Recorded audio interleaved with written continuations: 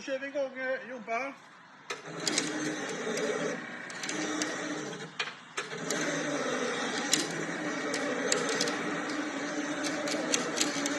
Har du börjat titta? Ja, idag har vi möjlighet och äran att köra Salins nya elbil. Som drar cirka 1000-1200 kilo. Och fördelen där är ju miljövänligt. I första hand som en kabeldragare så kan man ju prata för en gångs skull. Med de som står jämte här. Och det är en stor. Och vi har gått cirka 500 meter i kabel.